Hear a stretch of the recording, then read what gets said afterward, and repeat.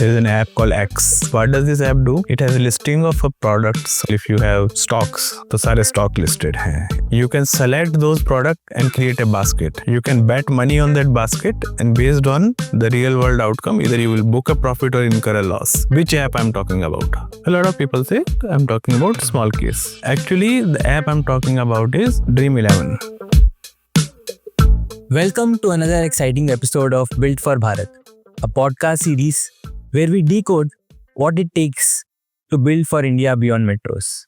Today, we are joined by Mr. Prashant Singh, who is currently the head of product at JAR, a fintech startup for millions of Indians trying to build a habit of saving. I came across Prashant's profile while his Twitter thread on next billion users went viral, which was a brilliant reflection on how Bharat users think, behave, and adopt tech. Prashant's Twitter handle has a very interesting name, Pacific Leo, which comes from Pacific, deriving its meaning from Prashant, and Leo from Singh, which is lion. A calm thinker with bold lens, I would like to call Prashant a curious observer because he is able to unravel product insights which helps build for Bharat. Welcome to the show, Prashant. Thanks. Glad to be here. I would like to start from the beginning, Prashant. Would like to know from your childhood, where you grew up and how you landed up in the corporate world. Hi, everyone. I'm born and brought up in Rajasthan, a small town of Bikaner. Mostly did all my studies over there. Went to engineering college Kota for computer science. Never really studied much of computer science. Did everything else. Dropped out.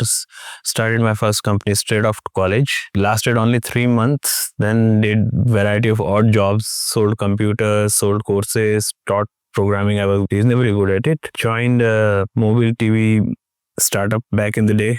When iPhone was not there and Symbian was the dominant operating system, Symbian and BlackBerry. The company was based in San Jose and our tech backend was in Noida. So that's where my brush and my affair with mobile computing started. I enjoyed using all the smartphone a lot. I realized that's where my mozo is, that's where my interest and passion lies. And fortunately for me, that was also the sunrise sector. Work with bunch of companies, mostly in gaming and social media and kids app. With another company called Spice Lab, I built a portfolio of 20 apps, which got around 50 million download, a peak revenue rate of $8,000 a day on a good day and to $2,000 a day on an average day. Won couple of award and patents. Then on the peak of the game, I decided I want to start something of my own. So started an AI company back in the day, and If you could just give us the timeline, like 2015 sold the company to Paytm after 3.5 years of running it, and worked with Paytm for close to 4 years as a BP product. Manage everything from their front end of their recharge and bill payment to QR code localization, QR code generation and fulfillment, to seller panel, to messaging and chat backend and content backend. To highlight of my time at Paytm was my team was the one who basically managed the whole QR code operation during demonetization. And I spent a reasonably good amount of time in China for the messaging and content piece. So this was quite a learning experience. Left Paytm, wanted to take a break and see the world. But COVID hit, got stuck in India, spent some time with parents after a decade or so. And then came to Bangalore and joined JAR. That's mostly it. your journey has been very exciting and inspiring as well. Since you mentioned that the time you were building apps, right, in 2015, that was also a time when UPI started and Geo Revolution came in 2016. And it is generally seen that India has so much in the tech world to cover up that we take leapfrogs. Similarly, it happened when people adopted to the digital world from mobiles, right? There were a lot of mobile first users who came for the first time on internet after the Geo Revolution came in. And there is an estimated around 500 million users. How did this change of so many people coming to the internet shape the digital world? Interestingly, I will take a step back and have a slightly contrarian stand on that. If you look at the history of technology, you will find something very interesting, that whenever a new technology is introduced, the creator of those technologies more often than not miscalculate the potential impact or the reach of the thing. For example, There's a very famous quote by Bill Gates that 128K memory is enough for everyone. Thomas Watson said that there is a world market for maybe 12 computers. When motion picture camera was invented, for the first 10 year or so, people were still not using the pause and start re-recording functionality. Everything was still recorded in a single cut. So people usually take new technology and old context and think that the impact will be limited to the blast radius of new technology will be limited to the current context. No, a new context will always emerge. I am old enough to remember first launch of Reliance. That was one watershed moment. Everybody thought that, okay, only top or maybe the middle class needs mobile phone. But if you bring the price point down, Dhirubhai Ambani was a visionary who said that if you bring the cost of a phone call lower than the cost of a postcard, everyone in India would like to use it. And at scale, that kind of a cost economics is possible. Overnight, back in 2000, 2002, overnight, everyone was using mobile phone. Everyone from your doodhwala to rickshawala or your neighborhood panwala. That was the first time people have seen this. Second watershed moment was Android reached sub 5,000 price point, because then all the app experiences were pretty much possible. When they moved from like MediaTek to ARM chipset, suddenly everyone can own a decent smartphone and start using it. The last one I'll say is Geo, when the data, last hurdle. Now, what happens when you have a big market and suddenly it is opened up? Some applications stand to benefit, whether those applications were designed with those people in mind, one can argue. If you look at Indian tier 2, tier 3 market, most people are semi-literate. For them, content consumption means video and content creation means voice. Correct. So if you go to my hometown of Bikaner, you will see a lot of people always stuck to the phone. What are they consuming? They're not reading news article, they're watching video. It's a literacy barrier. If you look at the stats around use of voice dictation, is humongous. People are writing long posts on Facebook with voice dictation. A lot of voice search are being done on Google. Why? Because again, the literacy barrier is overcome. TikTok or YouTube was not created with the idea of serving a semi-literate Indian in rural India. But they basically end up being the beneficiary of the confluence of these 2-3 trends, like cheap data, lower price point, and evolving technology and recommendation engines. So I think those are accidental thing, but underlying principle is still the same. People's need are there. Your product should fit it. I was reading this stat that in US, they only have 2-3% of their searches on Google coming from voice, but in India it is around 30%, and it is growing like crazy year on year.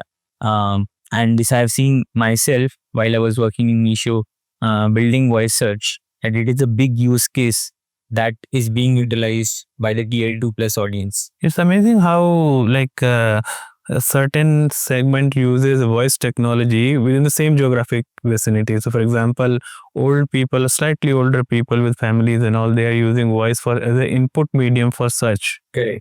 But younger people, they use it voice as a privacy thing. Okay. So when they chatting to their significant other partner and all, and they want to save it from their parents, they send voice packets, voice messages, recorded voice, because parents can take your phone and like read your message, but playback is slightly more friction. One of my elder sister, she is a school teacher, right? And while she was creating a doc, which was a question paper for her students, she was using mobile. We are generally typing very fast, but she was using voice to text. When I asked, she said voice is simply faster. Yeah, I mean, it's going to be more faster. I'm currently obsessed about this app called Whisperflow. Yeah. You should check that out. I mean, it's crazy. I dictate like full page of my blog post and my daily notes and reflections and journaling. Everything is being done on Whisperflow nowadays. I don't type anymore. So you interestingly mentioned that people generally underestimate the power of technology. Given we are also, I think, at a cusp of switching to AI world, how do you think user interfaces will change going forward, especially for the underserved Bharat users say? Up until so far, what was the modus operandi of software development has been that you come up with a persona or a segment of a user and then you map their cognitive ability that okay, this person might be familiar with this operation. Like a slider is like, if you have to select the weight, maybe a checkbox is a good idea, or if you have to select a height, a slider is a good idea.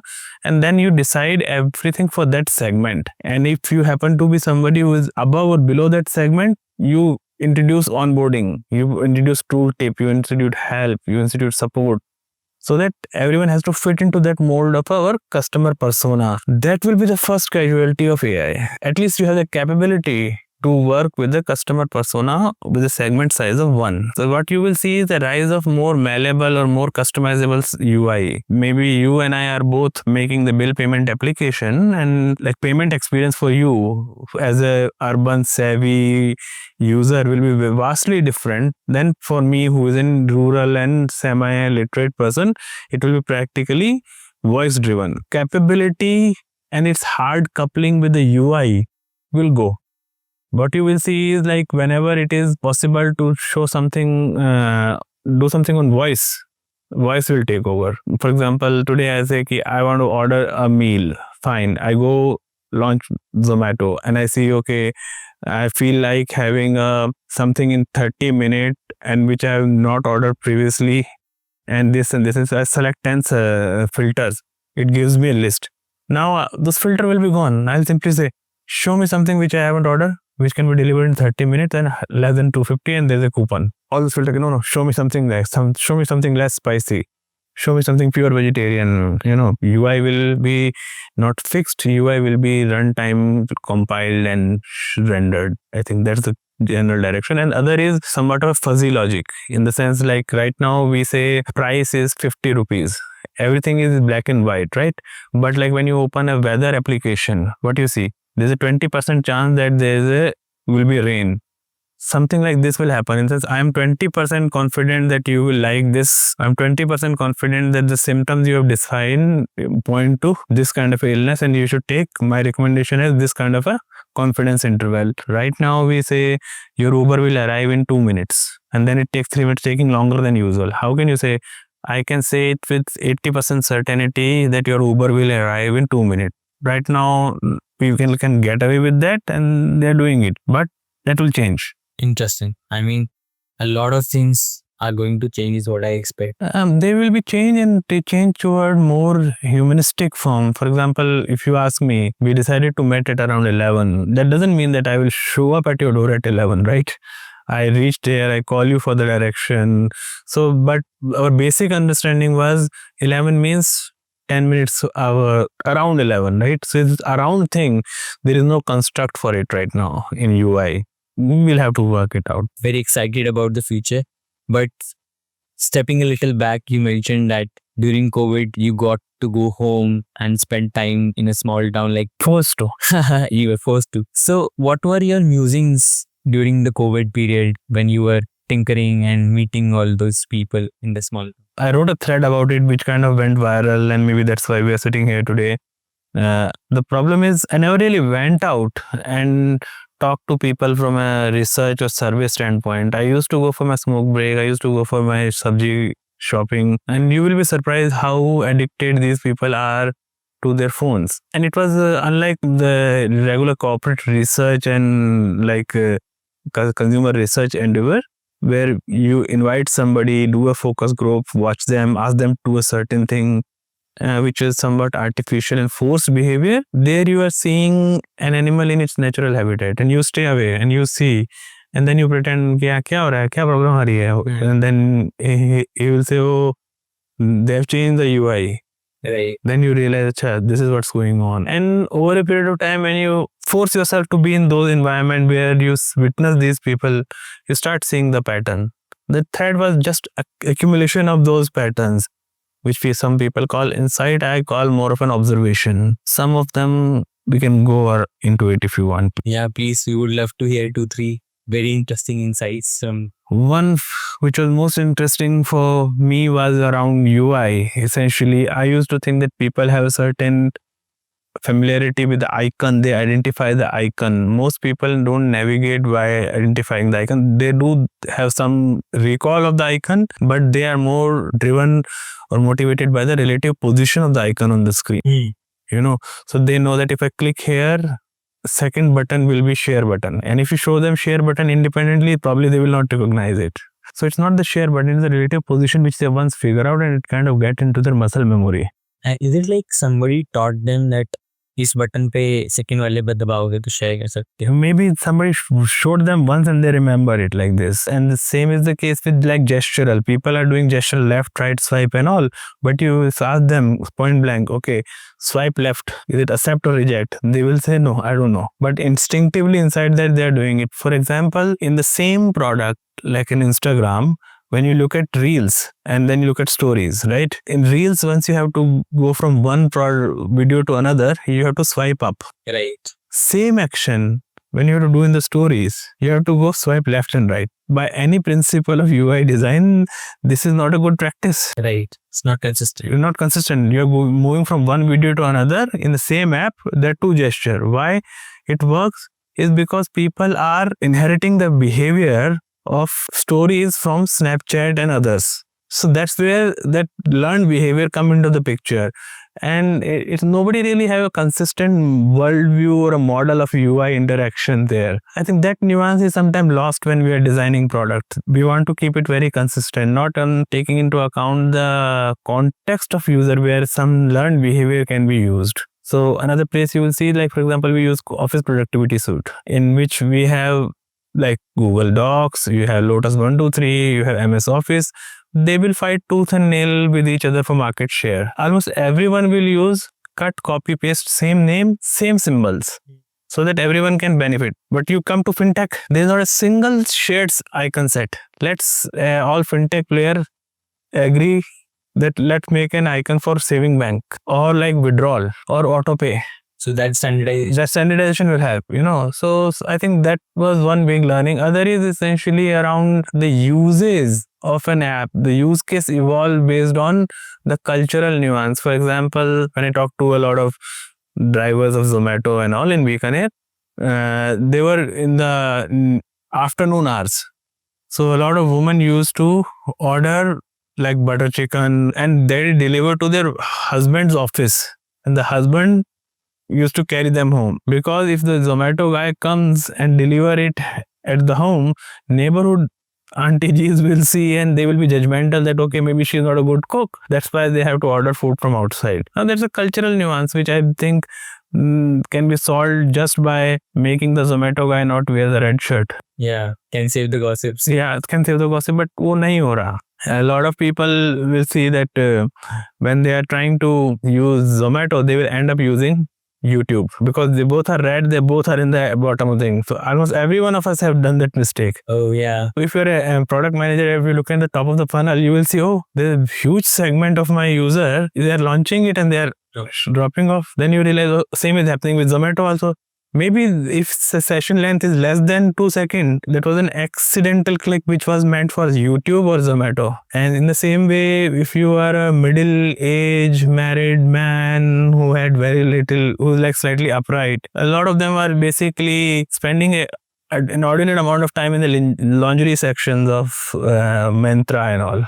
Okay. Now, if you are a product manager, that's a big problem for you, because suddenly you realize the top of the funnel has increased and this guy is not converting, but that was not his intent. So that's the thing. You introduce a new coupon for like 25% discount on online payment. You realize that even with the 25% discount, youngsters are placing order with cash on delivery. And you think, oh, maybe I should increase it to 26 or 35. You're making a phone call and nobody is telling you that they're doing cash on delivery, because if you do cash on delivery, your mom will pay for it when it gets delivered and it will not come from your pocket money, So these are the kind of nice tactics.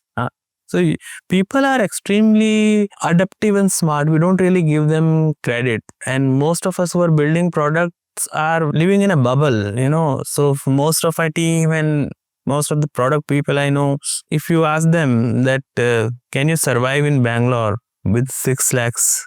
They will say no. But the irony is, the people for whom we are building product, they are surviving in less than that. So it's very hard for us to empathize with them. And that's where most product gap kind of emerges. That's why we started this podcast. So at least some of the insights we can share and people are able to relate and come out of this bubble. I hope that serves the purpose. More often than not, I've seen that these insights are like taken, quoted in interviews, but not during the product design session. Product design session, चलो यार बनाते हैं, copy करते हैं, So sir, we would just like to shift gears a little bit and would love to know what is JAR currently doing? What is the unique Indian problem that you guys are solving? Right. As you know, JAR is essentially a micro saving platform where user can link their UPI account and we do a systematic SIP withdrawal and buy digital gold for you. That's a core value proposition, and then you can sell it anytime you want. And then we also have a jewelry brand where all this accumulated gold can be redeemed for jewelry.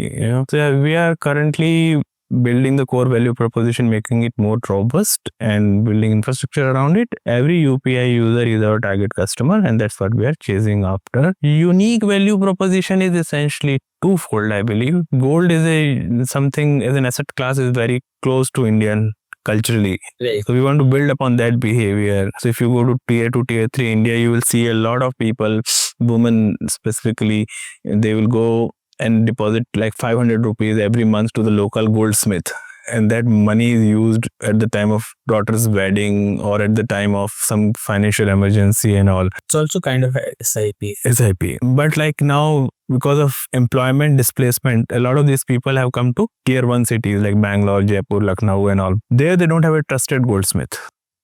We fill up that gap, and UPI has kind of enabled it for us. So our challenge is essentially mostly around building a more coherent or more intuitive language which is able to explain the value proposition to these people, finding the flows which can like bring them to the core value proposition as sooner as possible. Like today, if it takes like 3 days for us to convert somebody to buy the first gold purchase, maybe we should do it in the first day. Do we plan to expand this micro saving habit to other financial instruments? In due course of time, yes. So gold is just a start. Gold is for us similar to what recharge was for Paytm or books was for Amazon, our first product, as well as a way to acquire customer cheaply and then nurture a certain behavior, familiarize them with the UI UX, and then appropriate time do the cross-selling and upselling of other financial products. I also read it in one of the blogs that JAR has a very low CAC. One is our blended CAC is less because a lot of our users come through word of mouth,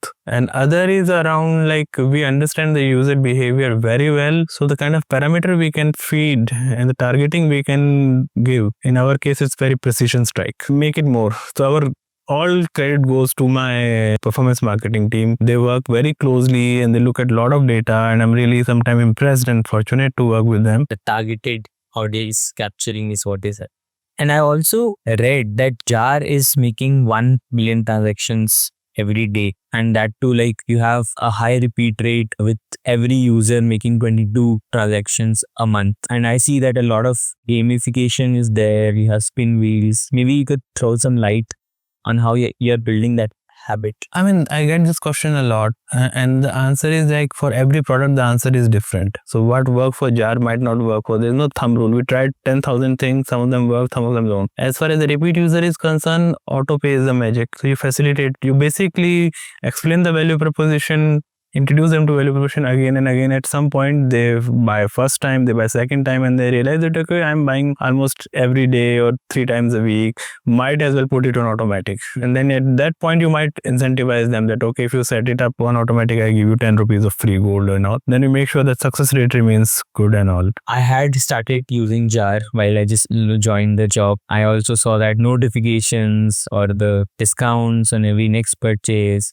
having a target of 10 always kept the user motivated to keep engaging and coming to the app. One other thing I wanted to ask was, because JAR is a uniquely Indian product, did you get unique insights from Bharat user segment? I mean, pretty much same. For example, it was interesting to see how distribution of bank accounts, when we started, we never really thought that our enablement factor for a user was a user should have a bank account, you should have a UPI, you should have a device, right? Then you realize, okay, sometime our user is a woman borrow the phone from her husband. You had without device, without account. Sometimes a woman have her own device but don't have her own account. So all our product flow kind of change based on that. So the diversity of enabling factor is also huge. It's not just diverse in terms of demographic and all. Suddenly if you see our autopay sign up rate goes up in the evening, it's not because that's the most conducive time. It's because evening the husband comes home and the woman say, oh yeah, I want to set up the, give it to me. I'm sure if you talk to people at Myntra and Meesho, you will see a lot of add to cart might happen in the morning, but the payment is happening in the evening. So it's the same behavior. And the idea of asset and liability was different. Another thing we learned was that, for example, people live in a joint family, and even in the nuclear family, all your liability and assets are different. For example, you have one house and 3 brothers. So that's one asset. If you buy a motorcycle for becoming a delivery boy, that is a personal liability or a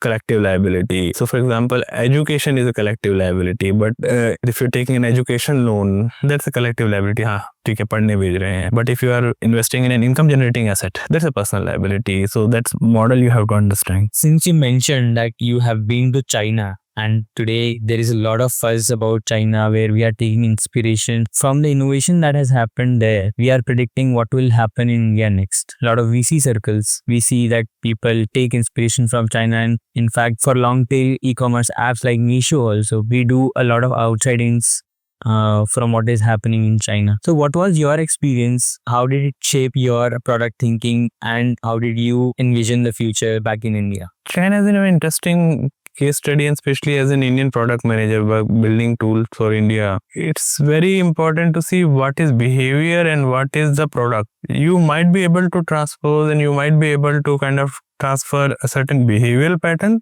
but I don't think as it is product proposition can be copied straight away. China never had Meesho, and we will never have, I believe, Pinduoduo. That's a nuance. For example, in China, certain irrevocable thing happened. The messaging revolution happened a lot earlier there. That's why when the payment revolution came, they were able to ride on each other, integrate with each other. So basically WeChat is a messaging giant, is also a payment giant. Right. In India, you have Paytm, which is a payment giant, and then you have WhatsApp. If you and I have to exchange money, what is the most likely scenario it will happen? It will happen in the way I will transfer you 10 rupees through Paytm and then I'll send you the screenshot on WhatsApp. Both of us have both of the application, and both of the application have payment and messaging app. So I can basically make a payment through WhatsApp, save myself some trouble, or I can do messaging from Paytm and save myself trouble. But that behavior was never evolved. Correct. Time of cut copy pasting of that China model to India is gone. Your point is validated because super apps never were able to get success in India. A lot of this super app story was in China also was basically mini apps. Yes, you have independent app also, then you also have a mini app in the WeChat. We never really had that mini app step. Maybe somebody will crack, maybe Paytm will be the one who will crack it, but so far nothing like that has happened. In China, you have that Hema store where like 30 minutes fresh fish or like groceries delivered. In India, some version of that happened with Delicious or basically Zaptos and Blinkits of the world, but not exactly. And in terms of tech innovation, right, there are dark factories today in China which are operating just by one person being there. In terms of deep tech innovation and especially in Gen AI, how do you draw parallels between China's tech progress versus India's? China is at least half a decade to a decade ahead of us in terms of hardware. At least they have building capacity. We don't have that kind of fabrication and building and assembly lining. It's not that we can't catch up. If you want to build something in deep tech in China, there is a domestic market which has a natural moat of language and great firewall and all. In India, that domestic market is not there. Instagram of India is Instagram. Google of India is Google. Or Google Map of India is Google Map. It's not like Baidu Map or something. I'm sure in due course of time there will be breakout it. And one good thing is that a lot of late stage VC funded companies are flipping back to India and they are going to do IPO. And I think that's a good thing because eventually then you'll see that in market when it can sustain IPOs, it can also sustain the front loading of capital in seed stage also. I'm bullish on that. But yeah, we're a long way to go. With the whole IPO scenario coming in, lot more companies will get leeway to utilize that capital to invest in these key technologies. Why do every app in fintech looks like a blue and white grid? Because Alibaba looks like blue and white grid. Why do Jar looks like a purple color palette and more like a game? Because that's the metaphor our user are more familiar with, comfortable with. You have started your own company and you have served multiple big companies as well. For a young person who is thinking of starting up, what will be the key skills that they should develop or they should evaluate on and reflect on before starting up? I think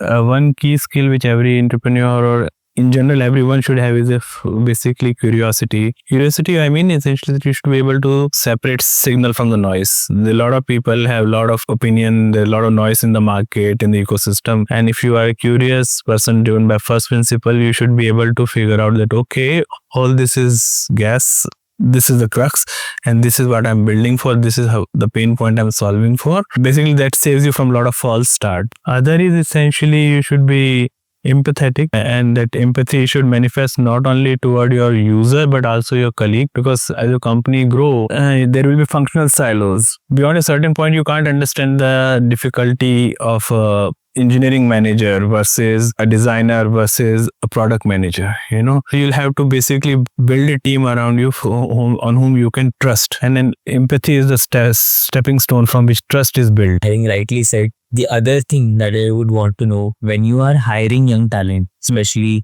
in your product team, what are the key things that you look to check is this person will be able to build products for Bharat? I mean, there is nothing specific which is a behavioral trait which maps to ability to build for Bharat. In general, building is sufficient. Anybody who can build anything can, like, if they're passionate and interested enough. So one good vector is, are they interested in the domain, or do they consider, it's beneath me to talk to a rickshawala? That's a big red flag. Other is, in general, a good product manager should be curious to deconstruct things. Do they have it in you? So if they look at a certain thing, they ask why it is done in such a way. When you deconstruct, you basically able to understand the building logic. We can do some exercise and all figure it out. Cool. So I think I got to learn a lot of things, and I'm sure that the audience also learned from varied experiences of yours. We would just like to end this conversation with a quick rapid fire. Sure. I would shoot few questions and feel free to just have quick top of the mind answers. You have spent your life in Delhi as well as Bangalore. So what do you like more? Delhi ka masala chai or filter coffee? Filter coffee. Okay. So one fun jugaad that you have kept in your product or startup life that has helped you always? Notebook. I write a lot. A small town habit that you have kept along and you don't want to lose. A small town habit. I still touch feet of the elders, and which is less and less visible in upper town India and all. And it is sometimes embarrassing for both parties. So when I go to my friend's place and all, I touch the feet of their parents, and which sometimes is awkward. Maybe that's not the culture in this part of the country and all, but yeah, I intend to keep doing that. For a lot of North Indians, that helps us keep humble. Yeah. 3 books that you would recommend every youngster to read. That's a difficult one. I think if you are into product management, I believe this is a product management podcast, I would recommend everyone to read a book called User Friendly by Cliff Kong. It's a really good one. Other is this book called Sovereign Individual, which talks a lot about upcoming technology trends and all. Then there is a book called A Brief History of Intelligence. That's also good, relevant for product manager this time. And in general, you had to recommend any book, like not just you did to startup world or product management. Fountainhead. I know I got a lot of hate for saying this, but I think everyone should read Fountainhead once in their life. I hope everyone got some insights and learnings from Prashant's journey and his experience in building products for Paytm and Jar. If anyone wants to ask any specific questions which we have missed, you can put it in the comment section. We'll try to get it answered from Prashant. A lot of things we learned from you today. A lot of success, I think, is upcoming for Jar. Thank you so much. Thank you so much.